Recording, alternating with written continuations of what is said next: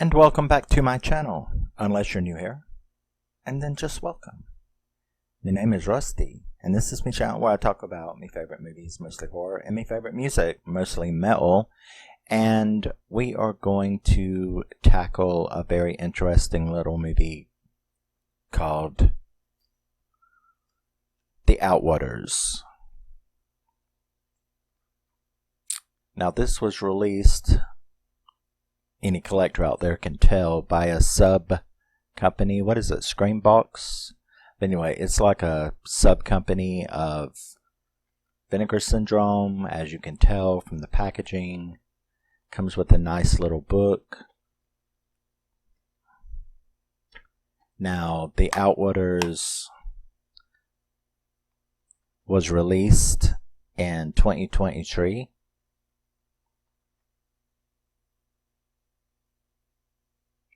This movie was on my honorable mentions of the best of 2023. It was directed by Robbie Banfitch, and it was written by Robbie Banfitch, and it stars Robbie Banfitch and Angela Basolis and Scott Schamell. And yeah, hour and 50 minutes, that's the main movie, and we are going to first talk about this release. Now, this was pretty cool. I don't think I've ever really experienced a release like this, in that it's not just the movie. It also comes with a prequel short film, which isn't really that short. I don't know the exact time, but it felt like somewhere between 30 and 45 minutes. And then it comes also with a epilogue, which is a lot shorter. It's like about 15 minutes or something. And the movie itself is an hour and 50 minutes. Altogether, it's like a 3-hour and something ride. Now, it was suggested to me that I watch them in that order. And I did, and I'm very glad that I did. I think it works interesting and works out very well. And like I said, I'm not really sure of any other movie that I can think of offhand that has that.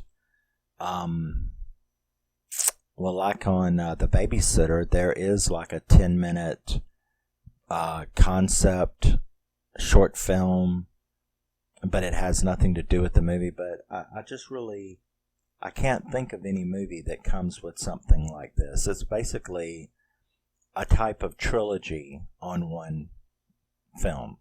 And so that is the way that I watched them. I watched the prequel film, then I watched the main film, and then I watched the epilogue short film. And I'm very glad I did. It's a very fascinating movie. And yeah, we'll get into that. And so that's the way I'm going to present it. Now, the prequel film, which comes on this, when I think about it, I'm like, I don't know really how differently I would have thought about the movie if all I had was the movie and not the prequel and epilogue along with it. I don't think it would have been a whole lot different, but I will say that if you can get the physical copy, that prequel movie and the epilogue really does round things out. And if there's ever a movie that really demands you get the physical to really enjoy the full experience, this is one of them.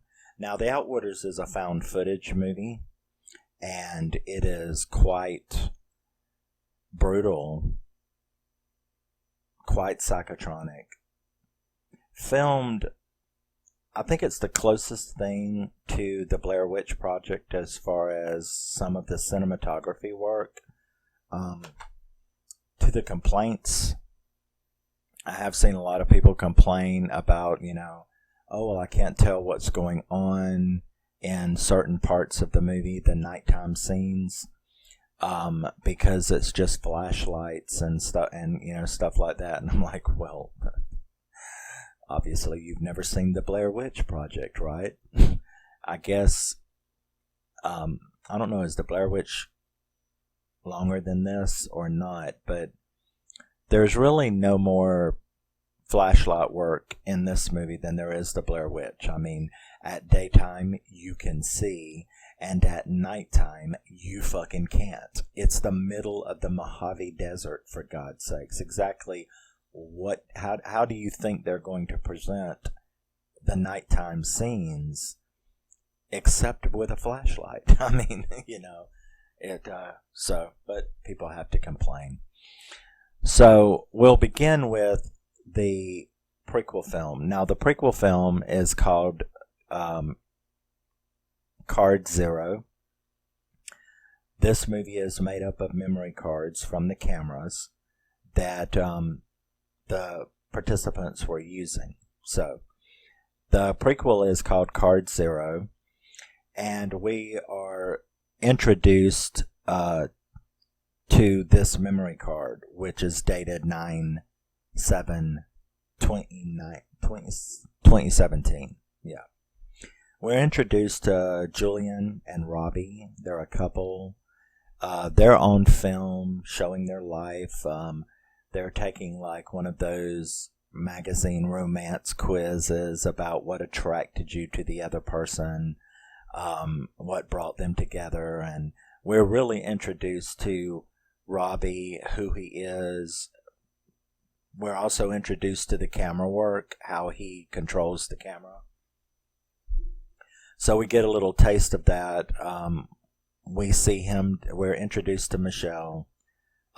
He is talking to her about, how much he's in love with this new person, Julian. We get to know her a little bit. We also get an introduction into what the fuck this movie's about. What are they doing? Well, he is a cinematographer and a videographer. And so his friend Michelle is a singer. I really love the soundtrack in this movie. It's some kind of, I really don't even know what kind of genre to call it. It's not country. It's not bluegrass. It's, I don't know, like it's like some kind of Appalachian mountain folk music. It's just, I love the way she sings. And I love this, the soundtrack. So she is a singer, and her friend happens to be a videographer. So they're discussing these plans about finding a location to film a music video. Some footage for music videos for some of her songs. And they discuss about how they're going to go on this, trip. So her and Robbie and Julian, they go out scouting locations in the Mojave Desert. And they stop and they swim at a lake, and then they go on out and they're looking, all over for these locations way out in the middle of the desert. Interestingly enough, Julian experiences a nosebleed while he's out there, and Robbie experiences a similar nosebleed back at home after they've got home. So, I really like this prequel movie, this prequel film, because it really sets up. There's no question about what's going on. What are they doing out there in the desert? Which is something you might kind of wonder about if all you had was the Outwaters and not the two short films that go with them, the bookends. So I really appreciated that. We then move on to the actual film, The Outwaters. The Outwaters begins with a recording of a 911 call. Very, very scary, very strange 911 call of people screaming about something. You don't really know what's going on, but it's obviously extremely terrifying. And you're hearing all of these very weird sounds, and it definitely puts you on edge right from the beginning. We are then introduced to, because you have to remember, this is all police evidence that we are viewing. So we are then told about, Michelle, age 28, last seen 8/8/2017. So as you can see from the prequel, or 9/8/2017. Yeah, those dates don't match, do they? Must have been 9. So we hear screams, like I said, from the 911 call. There's Michelle, age 28, who was last seen on that date. Angela, who is 31. Scott, who is Robbie's brother, whom we were also introduced to in the prequel movie. He's age 32, and then 36, and then Robbie is age 32. So there's lots of screaming. Like I said, we're then showed by the little tag cards from the police that, that these memory cards were discovered on 2/22/22. So February the 22nd of 22 is when these memory cards were found. So we then see them. They've arrived at those locations that they had scouted out in the prequel movie.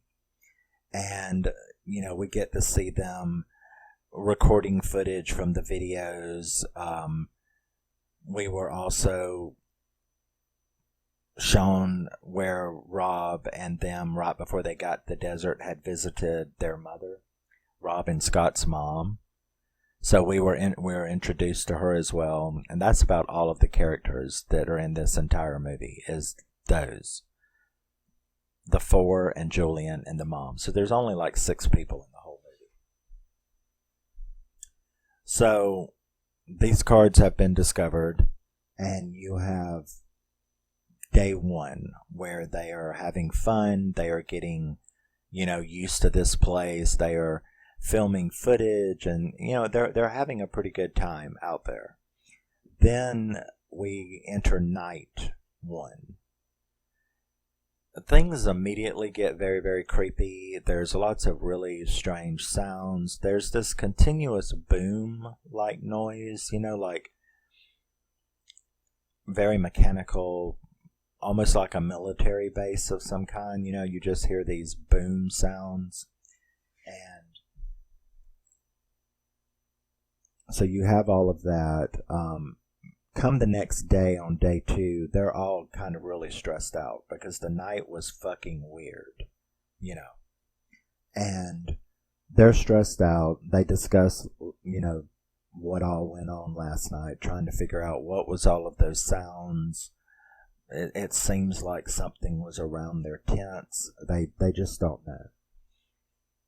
So they film video footage for the music videos, and then we go into night 2 where the sounds and the creepy stuff, returns. They freak out. They start trying to locate these sounds, and this is when the shit hits the fan. Because Scott, I believe, goes outside. It's like he steps outside, or it could have been Robbie. I don't know which one it was. I think it was Scott. But he steps outside, and then, like right over there, there's this humanoid figure standing there. And you don't see it attack, but you hear it,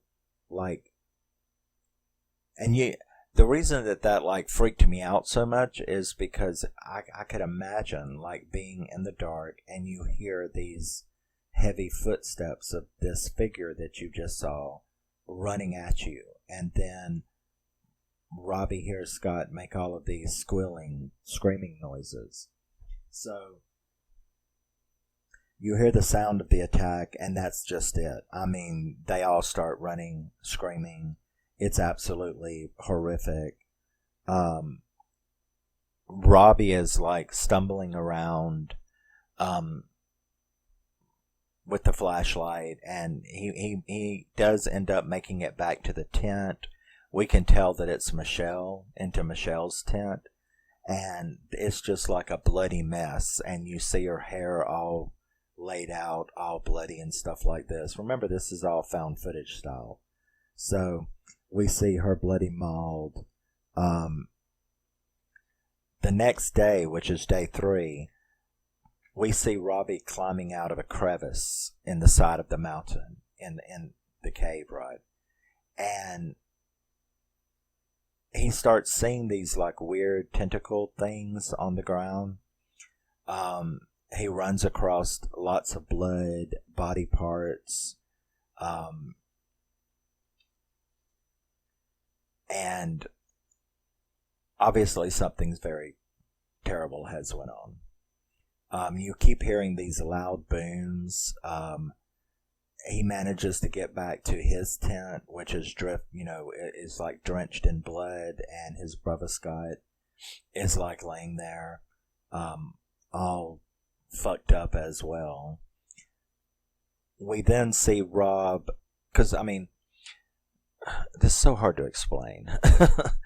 Rob is like completely delirious, right? He is absolutely terrified. He is completely delirious. He strips off all of his clothes and lays them over there along with his phone and stuff, and you hear his mother calling on the phone, and he had answered it right before he laid all of his stuff down. And she's like, somebody needs to call me, I'm worried about you too, why won't you call me, things like that. So when night 3 comes, we get to see all kind of, he's stumbling around going, who am I? As he wanders around, he sees these figures again. One of them, he manages to come up across this bloody humanoid, and it looks like Scott. And he's got he's holding a bloody axe by his side. And the things that he is saying, I can't repeat it. It's the way he's talking, like, who am I? And no, I'll be all right. Please go away. Like he's talking to that figure that's walking towards him with that that axe. He's coated in blood. The figure was completely coated, like head to toe. It looked like that red demon figure from Insidious, the first movie.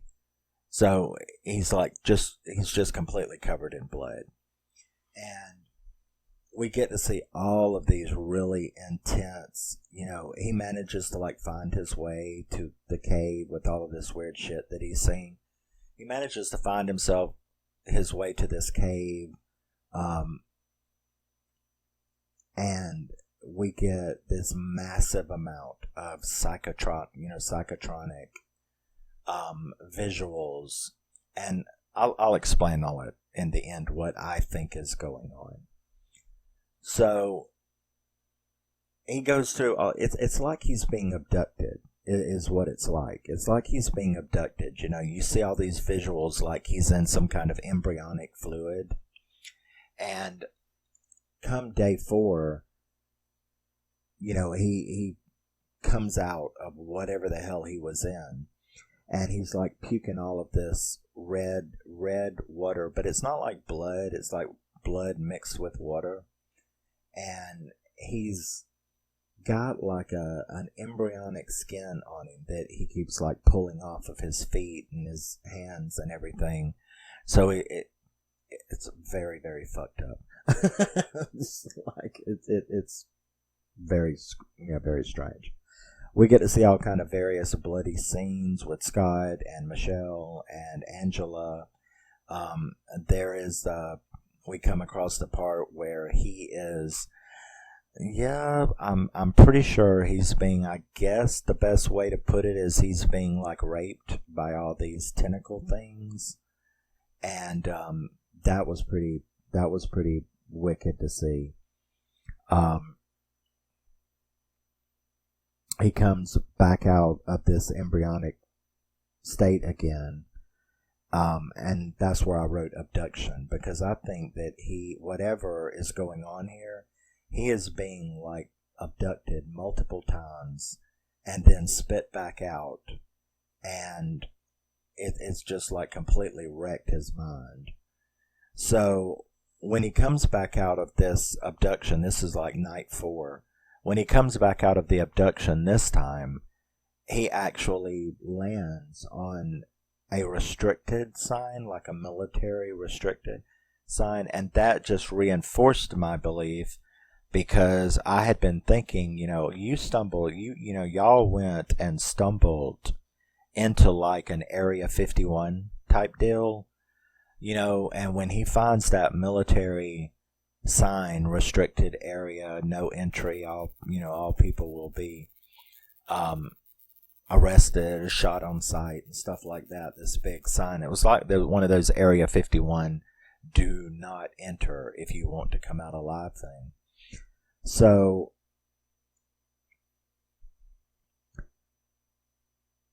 as he's walking, because remember this has been going on for 4 days now, so as he's walking, he's seeing all of these again. He's seeing all of these weird visions, these weird visuals, and he ends up coming upon these three big spikes sticking up out of the ground about head height. And on each one of these spikes are the other three's heads. Scott, Michelle, and Angela, their heads are like on these spikes. And he's just completely lost it, is what has happened. And then we get to the scene that I was warned about, and that is the dick scene. So I had been wondering because like I said, just the movie itself is an hour and 50 minutes. That's not including the prequel and the epilogue.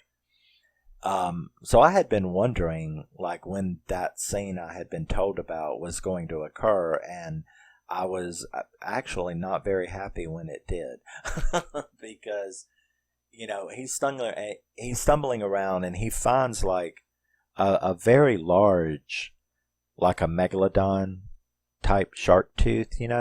It's pretty big. It's like 3 inches, and he starts like cutting his thigh, cutting himself, and then you see him sawing away at something, and I'm like, that's it right there, isn't it? Oh my God. and sure enough, you see a dick fall on the ground at his feet, and he gets down and he's like stabbing it and trying to cut it open, and I'm just like not well at all at this point in the movie. And I didn't think it could get any worse. And then he like stands up and he cuts his guts open. He cuts his abdomen open. And so you're seeing this from the camera as his guts are hanging out and his intestines, and they even like unravel down to the ground. And he continues walking for a little bit, and then you hear like a helicopter, or I think it was a copter myself. I have to go back and I'd have to watch it again to that part to tell whether it was a copter or a plane. But like a small engine plane. But it was either a small engine plane or a copter. And you hear, they then kind of back up and show him, because he had dropped his camera. So you see him walking, and then you see him waving at whatever it is, and you can see from the back, you can see his intestines there hanging down, and he's waving, and that's the end of the movie. And I, of course, did not do it any kind of justice, because it's damn near unexplainable, this movie. So this plane flying, over his head, and he's waving at it with his guts hanging out and his dick's right back there. And I just wrote, wow, what the fuck? Because that's exactly the way you feel. Exactly the way that I felt. I then watched the epilogue. Now, the epilogue is called File VL624. And as far as the police evidence tags on it, it said that this was corrupted data that they had. It had been like a year that they had been working trying to recover these little pieces of corrupted data. So you get sort of a montage of all kinds of weird things. Some of it's from the movie, some of it would have been back at the epilogue time, and it did kind of like, to me, it kind of brought it all full circle. You're reminded of things. You're sort of like, hey, remember these clues that I gave you? That's kind of what the epilogue film is like. And you're reminded about the nosebleed. And you finally get to see. Because one of the questions I had was, well, who the fuck found them? You know what I mean? And why did it take 4 years? 4 or 5 years? But who the fuck found them? And then you see the end of the epilogue. You see Julian's hand, and he is listening to the last voicemail that Robbie had left him. You know, because at the end of the prequel film, they had broken up, and Robbie considered it a breakup, but Julian didn't. He was just like, you need to give me some time to think, okay? You're like coming on too strong. Robbie took that as a breakup, though. But so he had left him a voicemail, and you hear or you see Robbie listening to it, and then you see him with obviously mementos. You see the bloody shark tooth. You see the compass, and you see a couple of other little items that you recognize from them. So what I think occurred was that Julian and the mom finally went looking for them. You know, that's one answer. Or it could be that these are the things that were turned over to them, and the mom gave it to Julian because Julian and Robbie were dating at the time. So it kind of answered that question. But would the military want to do that? So what was this? What was this? Besides all of the movie was fucking scary to me. Those 4 nights were just trippy as fuck, and it really creeped me out and had me very anxious. And I did wonder, like, is it an alien? Is this alien stuff going on?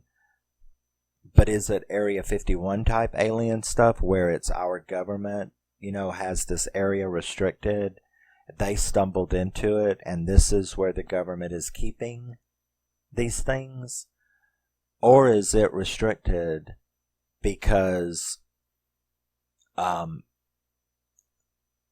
military knows that this very strange phenomenon goes on in this area? So you don't really know which one it is. I kind of believe from all the evidence that we looked at, is that, well, never mind. I guess I don't really know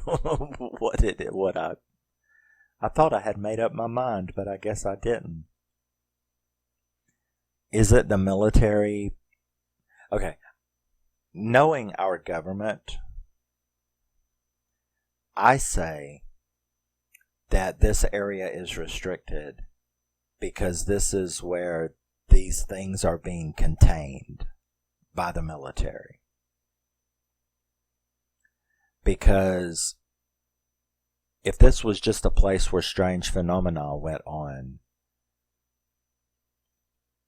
the military could have it cordoned off and restricted because they're studying the shit that goes on here and it's very dangerous to enter this area. Or they already know what the shit is and this is where they're keeping it contained. So you don't really know which one it is. And it leaves you with not necessarily a lot of questions, because that can be frustrating. So I don't really consider it that it left me with a lot of questions. Instead, I consider it that it left me with a lot of food for thought, imagination, fuel, it's like the answers are there. You just have to make up your mind what it is that you want to think about them. And I found that very, very interesting. So I had a great deal of fun with this movie. And as for those people who complain about the cinematography, I'm like, well, you've obviously never seen, Psychotronic films like A Clockwork Orange or something like that, and then you mix it with found footage like the Blair Witch, and I think your complaint is kind of silly, because exactly what do you think they're going to be able to show you in the middle of the Mojave Desert at midnight? It's pretty dark. You know what I mean? Come on. And also, like other movies of this nature, especially in found footage, this isn't the first movie that I've had to sit on the remote control. I'm sitting on the pause and step button. You pause it and then you're like, what the fuck was that? And so you have to pause it and you have to rewind and then you pause it and you step forward frame by frames, trying to go, oh, wow, what the fuck is that? Because you know how found footage is. It's like flashy. So it's not the first movie. So I didn't really have any complaints because it's not the first movie. I had to do that with Chest, which is another really good found footage movie I like. And I had to do it a lot with Blair Witch. I had to do it a lot with, other found footage movies where things are flashed and you need to pause them and step, to see what the fuck that was. So yes, that was The Outwaters. It was an honorable mention of my movie, of my top 10 2023 movies. Like I said, you can see in the picture a great deal of the movie takes place during the day as well. There's just as much daytime scenes as there is nighttime scenes. And I totally understand that you're not going to be able to see in the dark, duh. And it made it even more scary because, like I said, a lot of it is audio. I tell you what, some bloody motherfucker running at you with an axe might scare you. But some motherfucker with a bloody axe running at you at night and all you can do is hear the crashing footsteps of him getting closer to you, that's going to scare you as well. Maybe even worse because, your eye is not on the ball. And as far as the gorehounds, I did also wonder though, did these abductions change him in some way? Because I hate to tell you, but you cannot cut your dick off and throw it on the ground and play with it for a minute with a knife and then just go walking on about your way. Have you ever seen I Spit on Your Grave? Okay. I know that people have had accidents and things happen and live through it. What was that woman's name? Bobbitt? She cut her husband's dick off and threw it out the window of the car or something? No, she cut his dick off at home and then she went riding and threw it out and all, and they managed to put it back on. But you do have to, like, intervene in the situation, if you know what I'm saying. Either cauterize it or tourniquet or something. But as you saw in I Spit on Your Grave, if you cut a guy's dick off and you do not interfere in the situation, you're going to bleed to death in a very, very short period of time. Now, when he cut his dick off with that shark's tooth, he did not, like, bandage it. As a matter of fact, he turned around and cut his guts open and had his intestines hanging out, and yet he was walking away waving at a plane. So you are kind of left to wonder, well, is that, was he Robbie? Did it replace him with something like Invasion of the Body Snatchers? Yeah.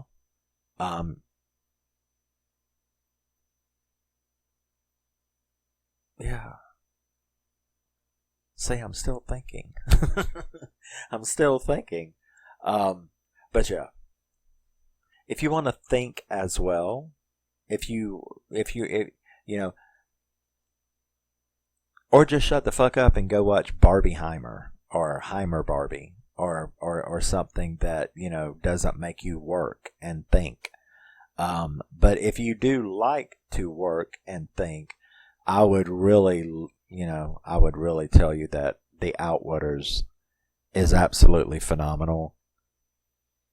It's kind of hard to find. I don't know if Hamilton Books still has it or not. I know that Hamilton, I saw it I actually paid like $25 for this, only to turn around and find it on Hamilton Books for $18.